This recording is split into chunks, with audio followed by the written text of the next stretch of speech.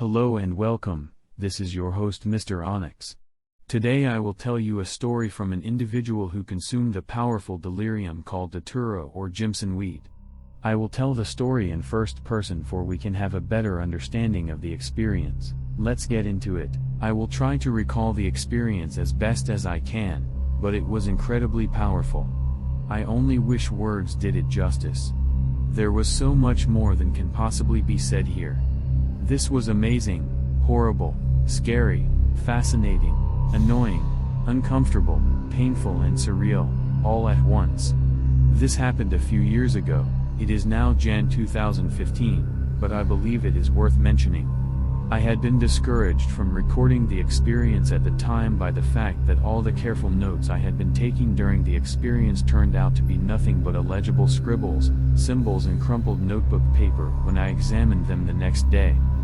I had previously been given 150 seeds by a friend who mistook them for morning glory seeds. This mistake could have been dangerous, but in the end I was shown the plant and properly identified it.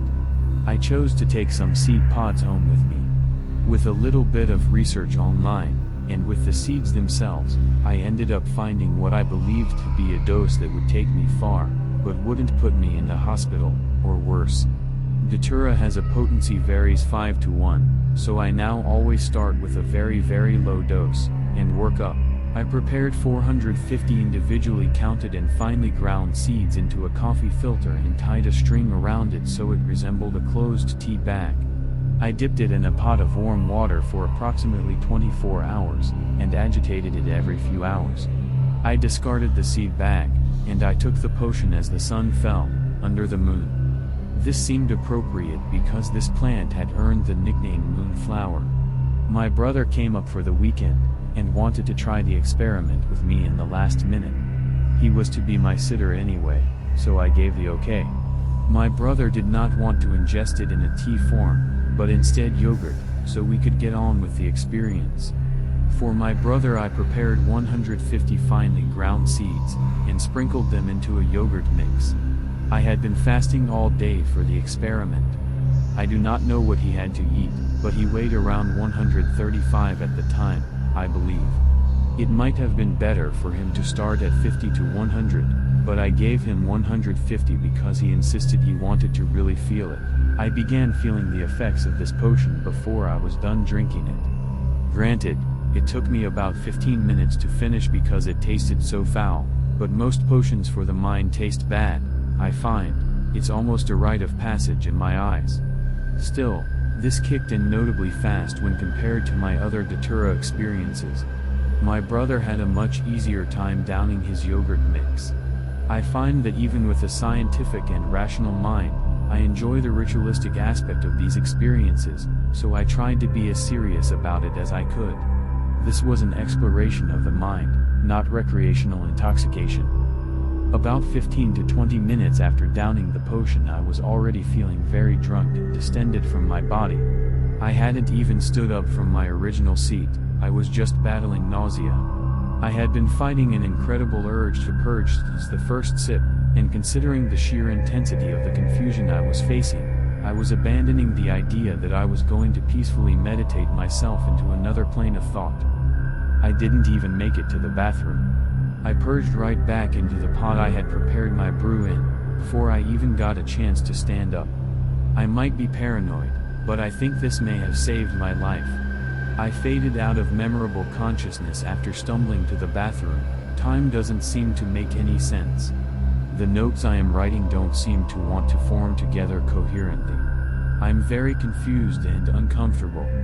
My stomach doesn't hurt anymore, which makes it much easier to think clearly, but I still feel very drunk and my skin feels incredibly sharp. I'm shaking, and I don't know why. It hurts to touch anything that's not completely smooth or soft. Touching anything with my hands or arms sends sharp pins and lightning bolts up my nerves. I think my throat is swelling up, and I am compulsively drinking water to ensure it doesn't close. I am swallowing nothing constantly, just to ensure I can still swallow. Trying to breathe through my nose is easier. My throat might just be numb, and not swollen, but I can't tell. I fade out again. I wake up sitting in the dark, apologizing to my blanket for being so intoxicated. I don't know how I got here. I am more self-aware now, but cannot think clearly, as I seem to genuinely think my blanket is my ex-girlfriend, who had deflated into a pile of self-aware skin and muscle, due to the disappointment she felt. She had always disapproved of my studies, and claimed I was always just trying to get high. She lays there, crumpled on my bed and staring at me disapprovingly with a morose look on her face. I hold her for a while, and apologize more.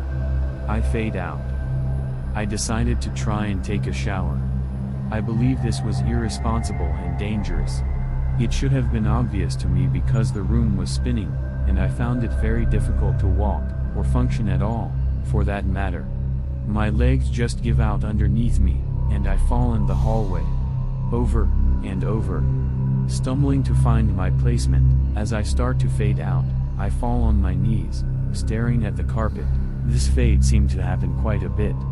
I was slipping in and out of consciousness. With Datura, I still seem to function while I'm out, as opposed to the more familiar not associated with opiates. With an opiate I wake up right where I faded out, but with Datura, I wake up in a room I don't remember walking into, in the middle of doing things, or talking to people in contexts that don't make any sense. Similar to a drunken psychosis. I woke up in mid-sentence, realizing I was talking to no one, but aware I had been talking for at least 5 minutes prior. I wonder who I must have been talking to. Could it have been my brother? I then realize I am naked. Shortly after that I realize I'm in the shower with water running down my face. I had been talking to no one. This was very interesting to me. I wonder what could have possibly caused me to slip in and out of worlds like this, with no real recollection of what I had been doing prior, or at least why I was doing it. I fade out again, and wake up standing in the hall, with my third brother who was sober. He was asking me a question. I don't remember what I said, or what the question was. While I was in the shower, the brother that had joined me on my adventure had woken my grandmother out of her sleep. It was about 2 in the morning, to inform her the flower truck was outside. Again, we live in the middle of nowhere. No flower truck, no neighbors, and it's not even daytime. I don't believe he saw a flower truck, but I do think he genuinely believed it was there when he told her. I wake up, again, in mid-sentence. I am in my room, and having a conversation with some cat in the hat slippers that I have apparently placed on my bed, so the faces faced me. I guess so they could pay attention. I reached over to use my laptop to play some music, and nothing was there. I didn't have a laptop. Why did I think one was there? I am still confused, my skin still tingles painfully, and my throat is still sore and closed at this point. This fade in fade out theme happened many more times, and every time I woke up talking to an inanimate object or someone that wasn't there. Sometimes still genuinely believing the clock could understand what I was saying. This was a very mind-oriented experience, not classically psychedelic at all. The visuals are light but unique. Jagged changes in my environment take place throughout the trip, when the room isn't spinning. Corners and walls bend, and shake quickly then go back to normal, like something out of a horror movie. When the director flashes something weird on the screen for a few frames, and it goes away as fast as it arrived, is the closest thing I can compare it to. Probably an even better analogy would be to compare it to fast glitching in a 3D video game model. I've seen nothing like it in other entheogens. I finally have to give in to the drowsiness that has been chasing me the entire night. I go to bed shaking because I feel cold, but I wasn't. Everything I touch still feels like razors cutting into my skin, and I will continue drinking water every 3 minutes throughout the night, while I am awake. While I laid in bed I could hear auditory hallucinations that sound ominous and far away. Nothing to understand really. It seems like old trees moaning and whining in the distance, maybe as a way of communicating to each other. I would never do this again, for many reasons. I'm glad, however, that I was able to experience it. I wish I could remember more of it. This doesn't seem to properly convey to you the experience. The weird almond taste in my mouth, the strange noises and thoughts that didn't seem to be my own. Hours of adventure condensed into a few short paragraphs. I believe this was an irresponsible dose, and I had not understood the dangers of going so far in.